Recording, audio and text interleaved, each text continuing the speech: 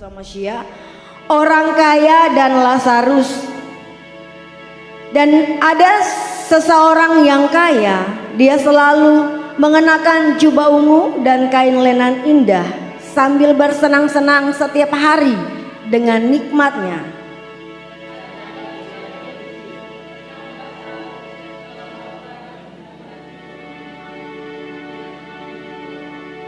Dan selagi penuh harap agar dikenyangkan dengan remah-remah yang jatuh dari meja orang kaya itu. Sebaliknya malah anjing-anjing sambil menghampiri mereka menjilat boroknya.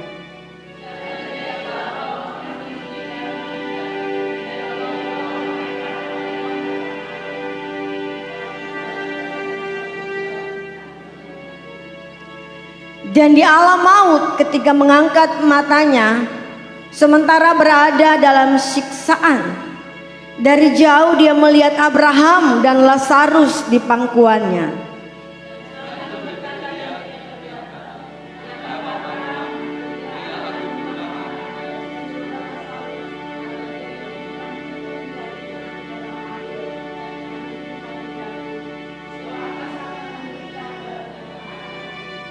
Namun Abraham berkata, "Nak, ingatlah bahwa engkau telah menerima hal-hal baikmu di dalam hidupmu, sedangkan Lazarus hal-hal buruk.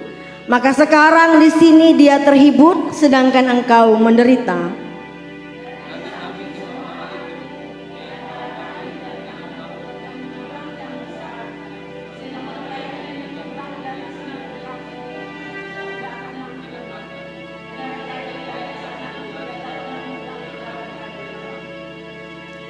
Dan dia berkata, "Jika demikian, aku mohon kepadamu ya Bapa, agar engkau mengutus dia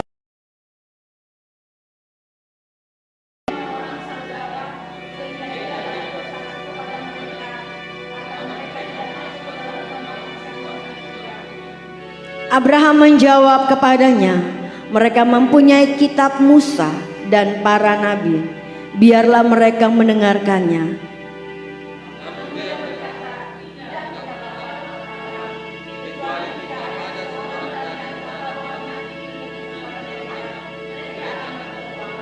Sama-sama.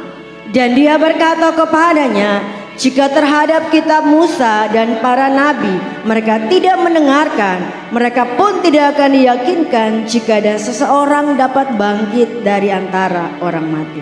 Kita katakan amin. Ya, silakan duduk. Bapak Ibu, anak-anak semua diberkati oleh Bapak Yahweh. Hari ini kita belajar tentang roh orang mati.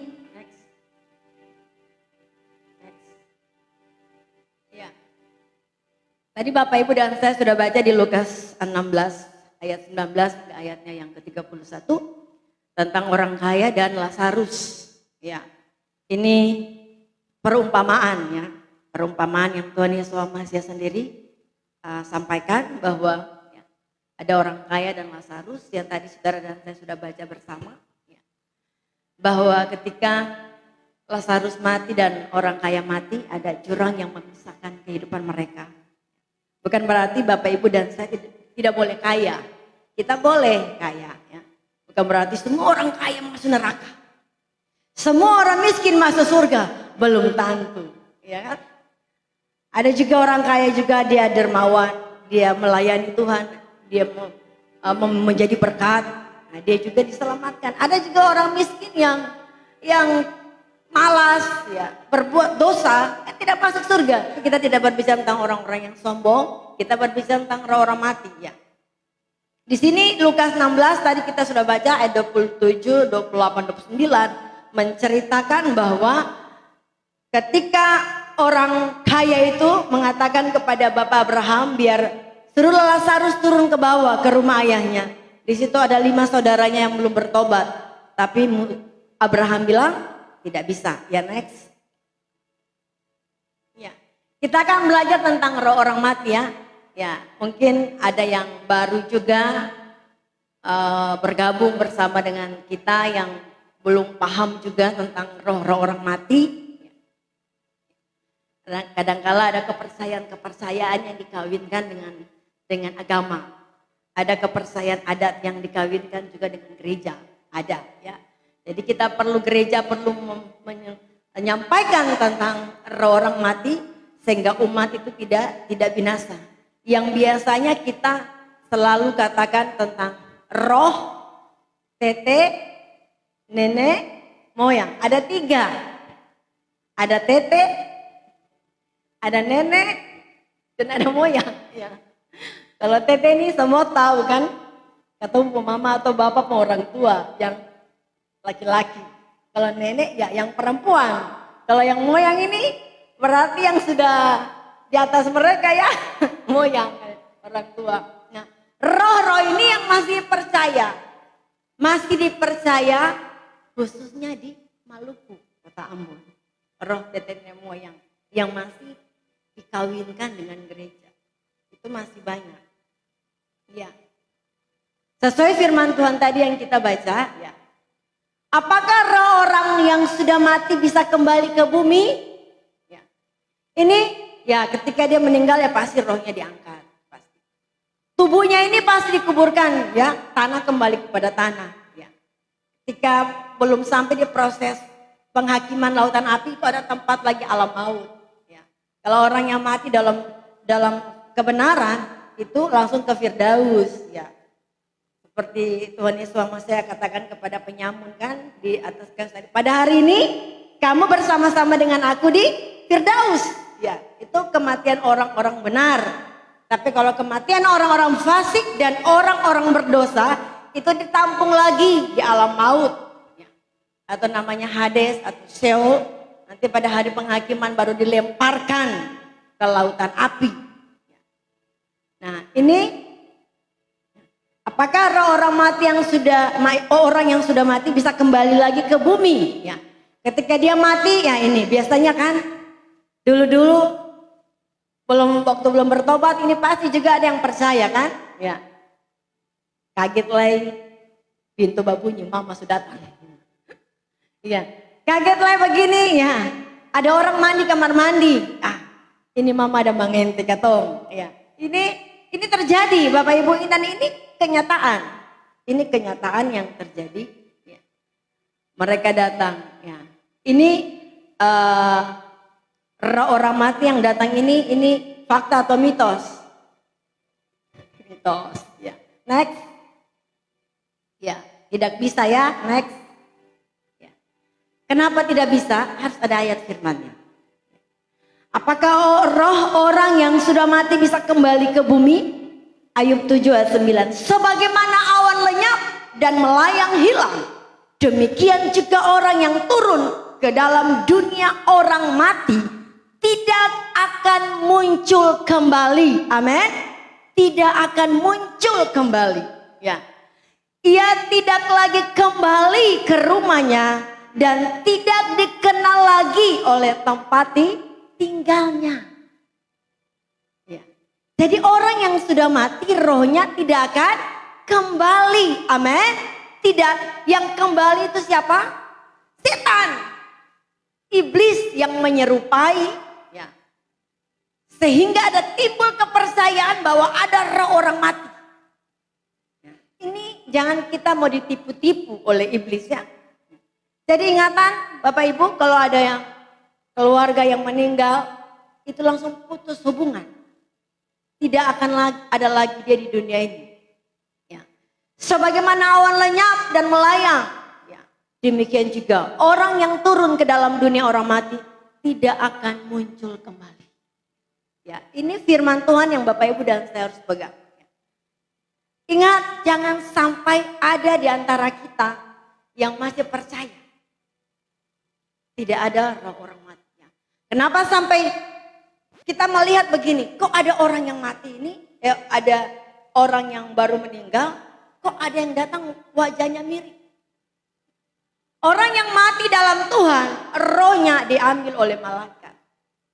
Nah, orang yang mati dalam dosa, rohnya diambil oleh iblis. Sehingga dia punya rupa, semua bisa diambil oleh iblis dan bisa dipakai untuk menyerupai. Bapak Ibu tidak usah susah-susah. Mau tahu orang masuk ke neraka tidak usah terlalu susah. Lihat saja dari situ. Kalau orang yang mati dalam Tuhan tidak pernah akan ada iblis yang datang menyerupai dia. Sebab dia tidak diambil oleh iblis, tapi malaikat yang menjemput. Tapi kalau orang yang mati dalam dosa, itu orang bilang spok banyak. Itu bukan spok, itu setan yang menyerupai dia, yang bisa ambil dia perupa. Apalagi orang yang mati bunuh diri. Biasanya orang bilang spok banyak, itu setan yang menyerupai. Karena dia punya rupa bisa diambil oleh setan. Itu biasa spok-spok itu setan yang datang kas-kas ke orang. Karena dia punya tubuh itu, dia punya rupa itu bisa diambil oleh si iblis. Ya, next. Ya. Yang berikut, apakah ada arwah penasaran yang datang untuk balas dendam? Ada tidak? Ini biasanya ketemu banyak nonton film horor. Film horor itu kalau dia mati bunuh diri, dia arwah penasaran, lalu mulai dia datang, dia bunuh semua orang yang bunuh dia. Saudara, ini masuk akal ke saya. Ini terjadi di film-film horor, ya biasa. Saya nonton satu film horor, film Indonesia, yang dimainkan dalam keadaan hamil tua, ya. Lalu dia melahirkan dalam kubur, ya kan? Dia langsung balas dendam. Semua orang yang bunuh dia itu dia bunuh semua. Terus dia punya anak itu sudah besar. Dia titip pesan buat dia anak begini. Nah, jadilah anak yang baik. Yang berbakti, berguna bagi bangsa dan negara. Saya bilang, mana ada iblis yang suruh berbakti pada bangsa dan negara. Iya, iblis itu datang membunuh, mencuri dan membinasakan. Masa iblis kasih nasihat-nasihat yang baik? Ini saya masuk akal ya. Tidak masuk akal. Saya nonton, ini arwah penasaran. Ini bukan arwah penasaran. Ini iblis yang mau mengambil nyawa-nyawa orang yang hidup di dalam kegelapan. Yang hidup di dalam dosa. Itu cepat sekali diambil. Saudara. Yang tidak ada pemagaran Bapa di sorga, itu cepat dia kore jatuh. Jadi tidak ada arwah penasaran. Amin. Tidak ada arwah penasaran. Itu iblis yang penasaran mau coba-coba menjatuhkan anak-anak Tuhan.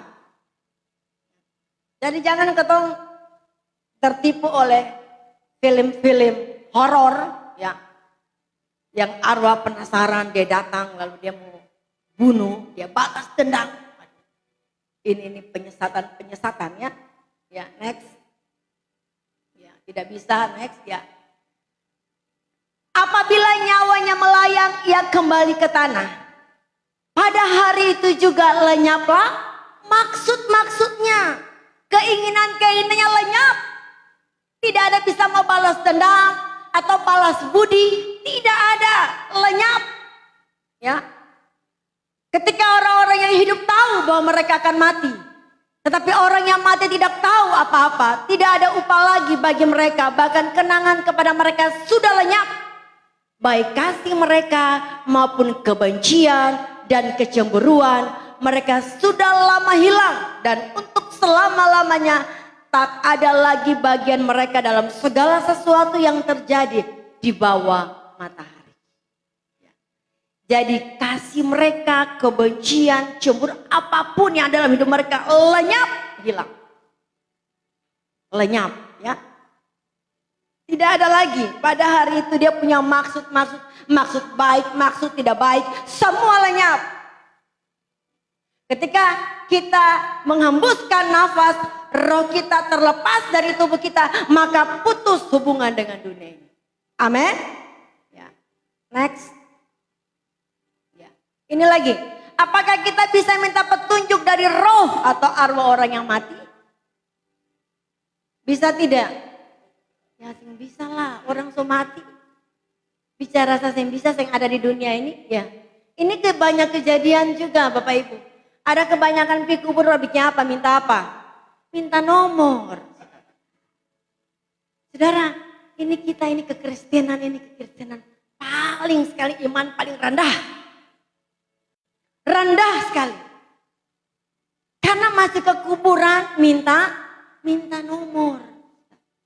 Lalu kalau ada masalah di rumah dengan suami, istri, lalu ke kubur orang tua mengadu. Maka, ya. Dia bikin beta begini, beta yang ada tempat curhat lain. Hanya mama saja, hanya papa saja. Saudara kita sudah kayak orang gila bicara dengan benda mati.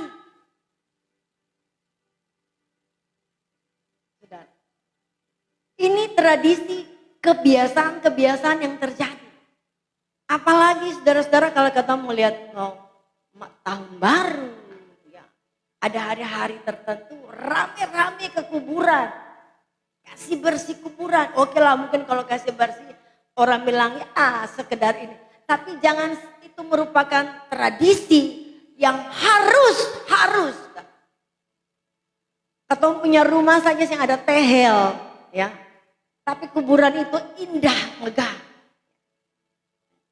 Ada juga yang orang yang meninggal di petinya itu ditaruh semua. Ditaruh kitab suci lagi. Dia mau baca apa? Dia bisa baca lagi. Taruh kitab suci, taruh minyak wangi. Mau bikin apa nih minyak wangi? Dia mau pakai, pegang saja yang bisa. Taruh bedak. Mau bikin apa nih bedak? Dia mau pakai bedak, kasih saja buat paloid. Ya. Ya. Tambah stok. Ya. Atau Bapak Jeffrey ya. Tambah stok di rumah kan? Ya. Saudara ini kebiasaan-kebiasaan. Ada lagi satu kali keluarga kami meninggal. Lalu keluarganya bilang, taruh dia pakaian semua. Saya bilang mau bikin apa dengan pakaian banyak-banyak ini? Lebih baik kasih pada orang yang hidup untuk pakai pakaian itu. Katanya ini dia paling suka, nanti sampai di sana dia pakai. Siapa bilang dia pakai di sana? Ini kebiasaan-kebiasaan yang saya selalu dengar di orang meninggal. Nah, ini yang kekristenan kita sangat rendah. Ditaruh semua. Selama hidup dia yang pernah baca kitab suci. Ketika meninggal ditaruh kitab suci. Untuk apa? Kitab suci itu dipakai ketika kita masih hidup. Supaya kita baca firman Tuhan. Kita memahami firman Tuhan. Dan kita melakukan firman Tuhan. Tapi kalau sudah meninggal mau baca apa? Ya kan? Ya. Ini kejadian yang terjadi. Jadi kalau kita meninggal kita penghargaan. Oke, kita mendandaninya dengan rapi, bagus. Tidak usah taruh apa-apa. Bunga cukup. Tidak usah taruh, semua taruh, ada yang mas-mas, harta-hartanya ditaruh.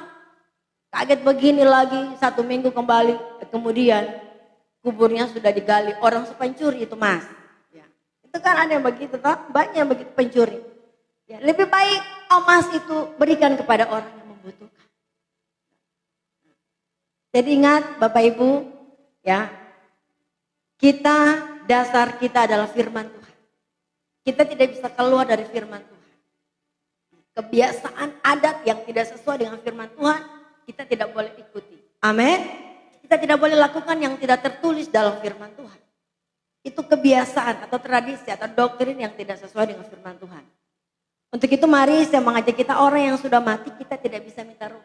Kalau orang yang minta petunjuk dari roh orang mati, itu akan menimbulkan murka Tuhan.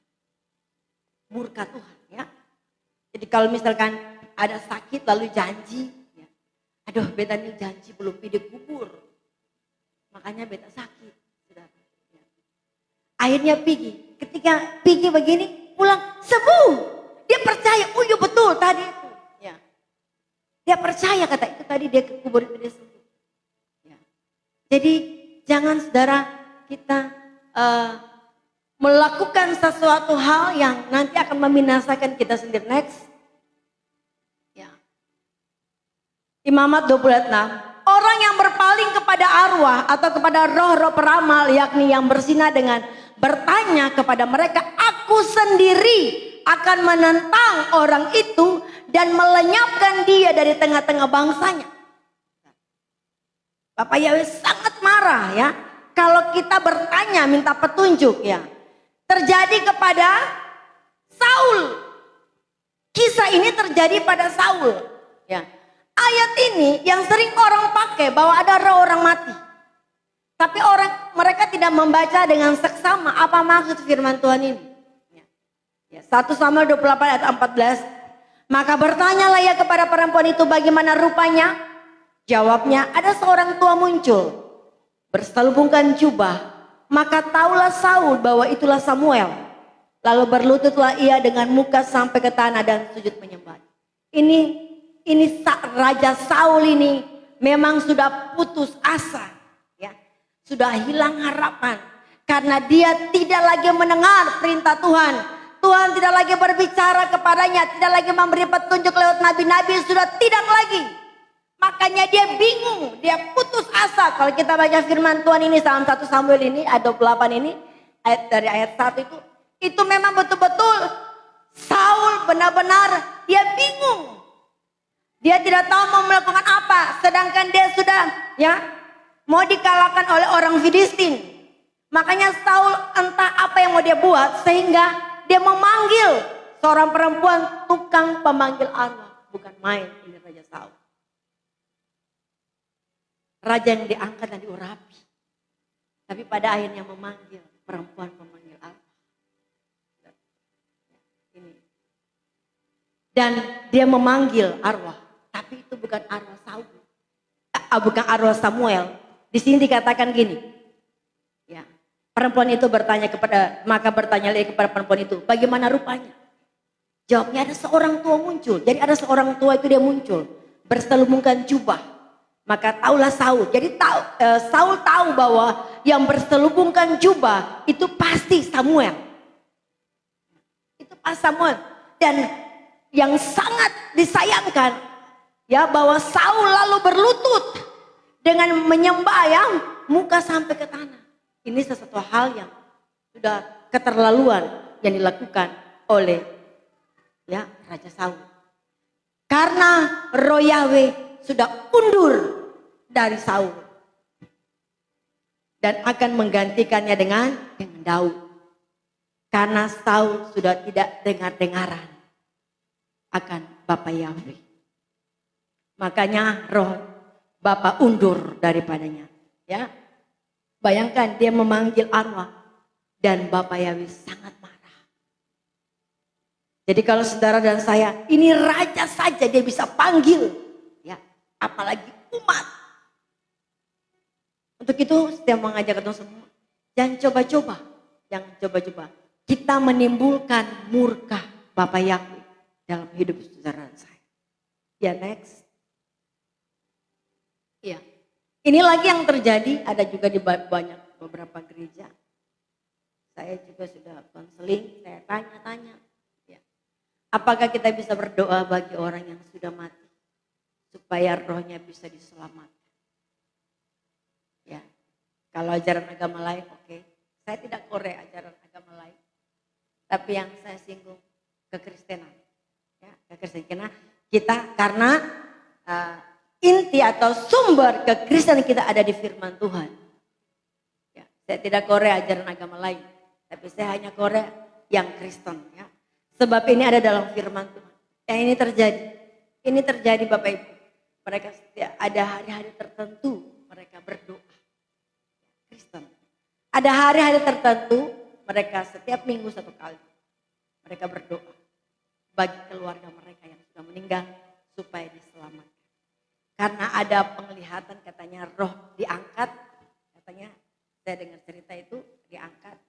Dan mereka bilang yang di bumi berdoa kami terus berdoa. Supaya doa itu yang akan menentukan kami akan ke surga. Saya cari-cari di kitab suci ya. Ini tertulis di mana ini, cari-cari yang ada. Ya, tidak ada tulis demikian. Ya, next. Tidak bisa ya, next. Ada kita lihat ayatnya. Dan aku mendengar suara dari surga berkata, berbahagialah orang-orang mati dalam Tuhan. Sejak sekarang ini, sungguh kata roh, supaya mereka boleh beristirahat dari jerih lelah mereka. Karena segala perbuatan mereka menyertai mereka. Ya, Kita lihat ya. Berbahagialah orang-orang yang mati dalam jalan Tuhan. Mereka sudah berbahagia karena perbuatan baik mereka menyertai mereka. Lalu apa yang kita mau doakan? Amin. Apa yang kita mau doakan? Kalau mereka saja sudah berbahagia di sana, apa yang saudara saya mau doakan? Kita tidak perlu mendoakan orang yang sudah apalagi yang mati dalam Tuhan. Mereka bersyukur. Ya, bersyukur. Bahwa kematian orang benar itu berharga di mata Tuhan. Tapi orang-orang yang hidup ini takut mati. Siapa yang sini yang takut mati? Siapa yang takut mati? Ih, haleluya. Semua yang takut mati. Berikan tepuk tangan bagi Bapak Yahweh. Mantap. Ya. Hidup untuk Bapak Yahweh. Mati adalah untung. Mati itu yang rugi Bapak Ibu. Mati itu untung. Tapi kalau Bapak Ibu semua yang takut mati, haleluya. Haleluya. Karena apa? Tempat itu ada. Di dunia ini penuh dengan penderitaan, air mata, banyak masalah, banyak pergumulan hidup di dunia ini. Diperlihatkan dunia itu gelap, penuh dengan ratap tangis. Sehingga banyak orang yang percaya lebih baik Tuhan ambil, tapi punya tempat. Tapi jangan minta mati, nanti Tuhan yang ambil ya. Ya, minta mati itu boleh lah ya. Jadi karena segala perbuatan mereka akan menyertai hidup mereka. Kita berdoa bagi kita ini yang masih hidup. Bapa, berikan beta kekuatan. Berikan beta sukacita. Hati yang kuat untuk menghadapi hidup yang berat ini. Jangan kita minta beban yang ringan. Tapi kita minta hati yang kuat untuk bisa menghadapi hidup yang berat. Amin. Kita berdoa untuk kita, untuk keluarga kita, untuk istri anak. Ya, suami orang tua yang masih hidup supaya diberikan kekuatan, berikan keselamatan, gitu. Bukan kepada orang yang sudah mati, saudara. Apalagi orang itu dia masuk surga, ya. Karena perbuatan yang benar kita akan selamat, sedangkan perbuatan yang tidak benar atau dosa kita akan binasa. Lalu seandainya kita sudah masuk dalam alam maut, orang yang berdosa ini dia sudah mati, dia masuk dalam alam maut. Ada satu penampungan sebelum dia dihakimi. Lalu kita berdoa, kira-kira Tuhan mau angkat dia dari situ ke Firdaus. Ini sudah menyalahi firman. Dan Tuhan itu tidak seperti itu ya. Sekali dia berfirman, dia akan menepati janji firman-Nya. Dan ini ya, jadi selama kita masih ada di dunia ini, mari. Kita sendiri akan menentukan. Jadi ingat, jangan lagi kita berdoa ya. Bagi orang yang sudah mati ya. Atau Bapak Ibu bilang, Tuhan kita punya nenek yang sudah mati. Ya. Tuhan tolong ya. Mungkin diampunkan kesalahan-kesalahannya ya. Kalau sudah mati, saya bisa minta ampun lain. Kesempatan itu hanya ada waktu saat saudara dan saya ada di dunia ini ya. Next. Ya ini perbuatan-perbuatan dosa. Ya, sudah pernah ketemu bahas apa itu perbuatan-perbuatan dosa yang harus saudara dan saya hindari. Next. Ya. Selama kita ada di bumi ini kesempatan bagi kita untuk menentukan jalan kita. Selagi saudara dan saya masih bernafas, ini adalah kesempatan untuk saudara dan saya melakukan hal-hal yang baik. Amin. Ini kesempatan. Karena tidak akan ada waktu lagi kalau saudara dan saya sudah mati, sudah tidak ada waktu.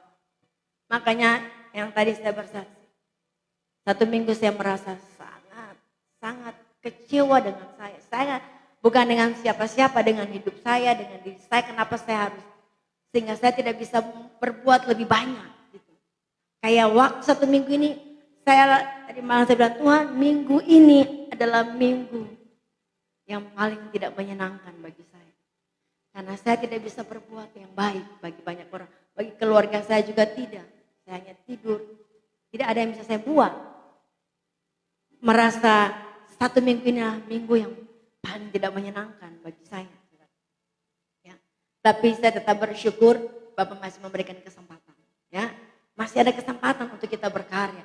Masih ada kesempatan untuk kita melayani. Masih ada kesempatan untuk kita bisa menjadi berkat bagi orang lain. Untuk menuntun orang ke jalan yang benar. Bapak masih memberikan kita kesempatan. Kesempatan itu Bapak masih memberikan bagi saudara saya. Jadi mari Bapak Ibu yang masih kuat-kuat, sehat-sehat ini. Ya. Hidup ini pakai saja untuk melayani. Amin. Hidup ini pakai untuk menjadi berkat. Jangan kita pakai hidup kita ini untuk menjadi batu sandungan bagi orang lain. Jangan justru sebaliknya kita menyakiti orang lain. Dengan perkataan-perkataan kita. Ya, dengan perbuatan-perbuatan kita. Kita justru menyakiti orang lain yang tidak menjadi berkat. Tapi mari ketong di akhir-akhir ini. Ini adalah dimana kita sementara menantikan kedatangan Tuhan yang kedua kali. Di atas awan menjemput kita sebagai pengantin-pengantinnya. Apa yang harus saudara sudah persiapkan? Kita sudah persiapkan apa? Kalau hari ini besok kita dengar, minggu depan Bapak Presiden akan mengunjungi rumah Ibu Tina. Aduh, hari ini 1 minggu ini Ibu Tina langsung pembersihan. Ya. Sampai di lubang-lubang AC juga kasih bersih. Ya. Apalagi rumahnya asrama kan yang terlalu besar jadi cepat saja kan. Korvei, perlu kalau kurang tenaga 1 jemaat turun korvei. Karena ini Bapak Presiden mau datang, bersih, new. Apapun yang bisa ada uang beli baru. Supaya di mata Bapak Presiden disambut, Bapak Presiden akan nyaman dan enak dan mau masuk dalam rumah kita. Begitupun dengan Bapak kita di sorga. Amin. Kita sudah mendengar kedatangan yang sudah dekat. Apa yang kita persiapkan? Rumah kita ini, Bait Elohim. Tempat berdiamnya Roh Kudus. Yang harus kita bersihkan. Pikiran kita bersihkan. Hati kita bersihkan. Langkah kita bersihkan. Perlu lembur lagi untuk bersihkan. Ya. Lembur untuk bersihkan. Supaya ketika Tuhan datang, Tuhan mendapati kita ini bersih. Rumahnya itu bersih. Jangan kotor. Kotor itu dengan apa? Dengki, iri, benci, cemburu. Kata-kata kotor yang keluar ya. Tidak menjadi berkat. Orang tidak senang dengan kita. Orang membenci kita kalau perbuatan kita. Ketika Tuhan datang, aduh rumah kotor. Kita tidak akan diangkat. Mari dari firman Tuhan saat ini ya. Saya mengajak ketong semua tanpa terkecuali. Hari-hari ini adalah hari-hari yang jahat. Orang yang jahat semakin jahat. Orang yang baik semakin baik. Jadilah orang-orang yang baik. Amin. Jadilah orang-orang yang penuh kasih. Itulah kekristenan kita. Sebab Bapak kita adalah kasih. Maka anaknya juga harus anak-anak yang penuh dengan kasih. Kasih itu adalah sabar. Diakhiri juga dengan sabar. Itu kuncinya cuma itu saja. Kita belajar firman Tuhan dari Kejadian sampai Wahyu. Tujuannya cuma satu, masuk surga. Semua hamba Tuhan yang hebat, yang besar, mau sedang, mau kecil, semua yang khotbah, semua intinya cuma satu, supaya masuk surga. Intinya cuma orang dari yang jahat, dia bisa berubah, bertobat, dan dia selamat. Cuma itu saja kuncinya. Mau putar kejadian Wahyu, intinya cuma satu. Kita bisa selamat. Bagaimana kita bisa selamat? Ya. Ya. Ingat, kita harus masuk ukuran Tuhan. Bukan ukuran manusia. Saudara dan saya harus masuk ukuran Tuhan.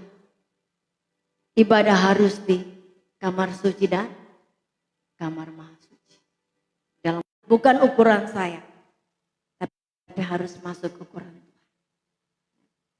Firman Tuhan tidak panjang lebar lagi. Mari lihat firman Tuhan saat ini. Yang pertama, kita tahu tidak ada orang mati. Ingat, jangan sampai kita ikut dengan kebiasaan-kebiasaan tradisi yang sudah terjadi. Itu semua iblis yang bekerja. Dan yang kedua, mari kita mempersiapkan hidup kita untuk menanti kedatangan Tuhan yang kedua kali. Supaya kita masuk ukuran Tuhan. Ya, walaupun kita sedikit, tapi kita harus benar-benar semua berkualitas. Amin. Harus berkualitas dan semuanya harus bisa diserap.